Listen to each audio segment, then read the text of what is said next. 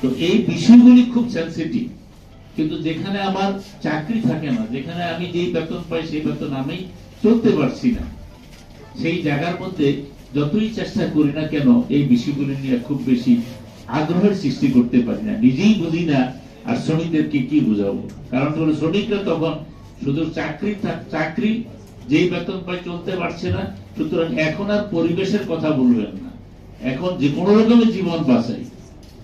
কোন রকমের যে কোনো পরিবেশে একটা কাজ যদি হয়, সুলতান ভাই বলে থাকেন, অনেকেই বলেন যে সেটাই